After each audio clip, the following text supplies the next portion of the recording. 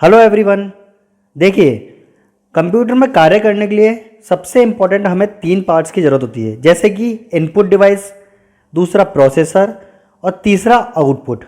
और इन तीनों का काम एक दूसरे से जुड़ा हुआ है। जैसे कि हमें हमारे डेटा को कंप्यूटर प्रोसेसर में गणना करने के लिए या किसी भी तरीके के डेटा को सेव करने के लिए तो हमें एक इनपुट डिवाइस की ज़रूरत होती है। और हमारे द्वारा दिए हुए गए डेटा या सेव डेटा को या गणना को देखने के लिए, सुनने के लिए या उसकी हार्ड कॉपी को छूने के लिए हमें एक आउटपुट डिवाइस की ज़रूरत होती है। और इसी तरीके से हमारा पूरा सिस्टम तैयार होता है। तो आज हम बात करेंगे इनपुट और आउटपुट डिवाइसेस के बारे में। तो मैं विमल कोटपाल, कंप्यूटर टेक्नोग्राफर के यूट्यूब चैनल में आपका स्वागत है। मेरे अगर यूट्यूब चैनल को आपने अभी तक सब्सक्राइब नहीं किया है तो उसे सब्सक्राइब कर लें और बेल आइकन के नोटिफिकेशन को भी ऑन कर लें, ताकि आने वाली सारी वीडियो आप सबसे पहले देख पाएँ।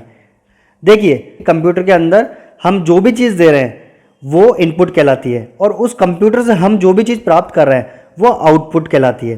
तो हम बात कर लेते हैं इनपुट और आउटपुट डिवाइसेस के बारे में। देखिए, इनपुट डिवाइसेस में आते हैं mouse, keyboard, scanner, mic etcetera.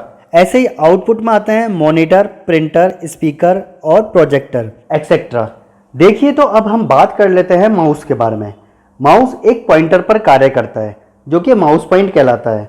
और माउस पॉइंट के माध्यम से ही हम किसी भी चीज़ को सेलेक्ट या क्लोज या ओपन कर पाते हैं और कट, कॉपी, पेस्ट का भी कार्य कर सकते हैं।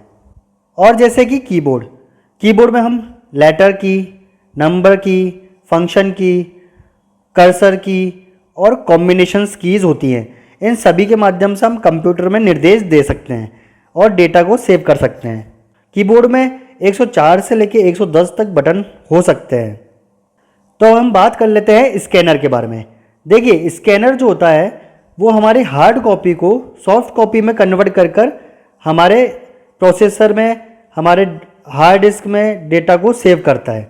अब हम बात कर लेते हैं माइक के बारे में। माइक हमारे द्वारा दिए गए वॉइस को कंप्यूटर में इंसर्ट करने के काम आता है।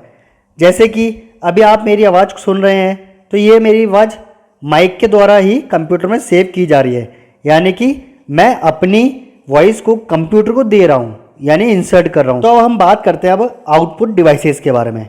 देखिए, आउटपुट डिवाइसेस में जैसे कि जो भी हम कार्य करते हैं कंप्यूटर में, उन सभी कार्यों को, किसी भी कार्य को देखने के लिए हमें एक मॉनिटर की आवश्यकता होती है।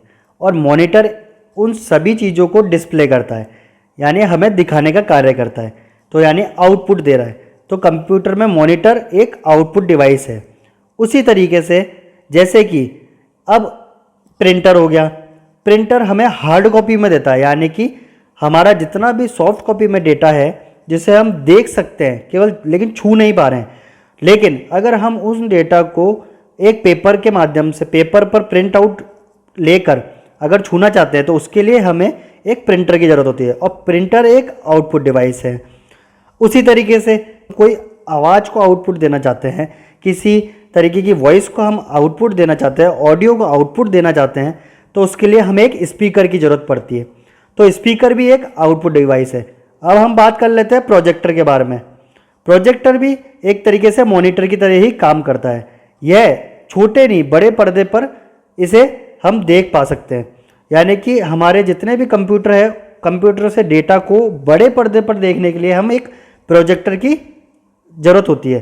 और प्रोजेक्टर का ज़्यादातर काम सिनेमा हॉल में या स्कूलों में, आजकल एजुकेशन में कई जगह इसका उपयोग किया जा रहा है।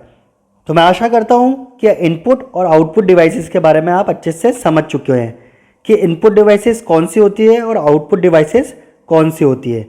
और अगर किसी भी तरीके का आपको डाउट है या कोई तरीके का आपका कोई सवाल है तो कमेंट बॉक्स में उस अपनी क्वेरी को ज़रूर लिखें। Thank you.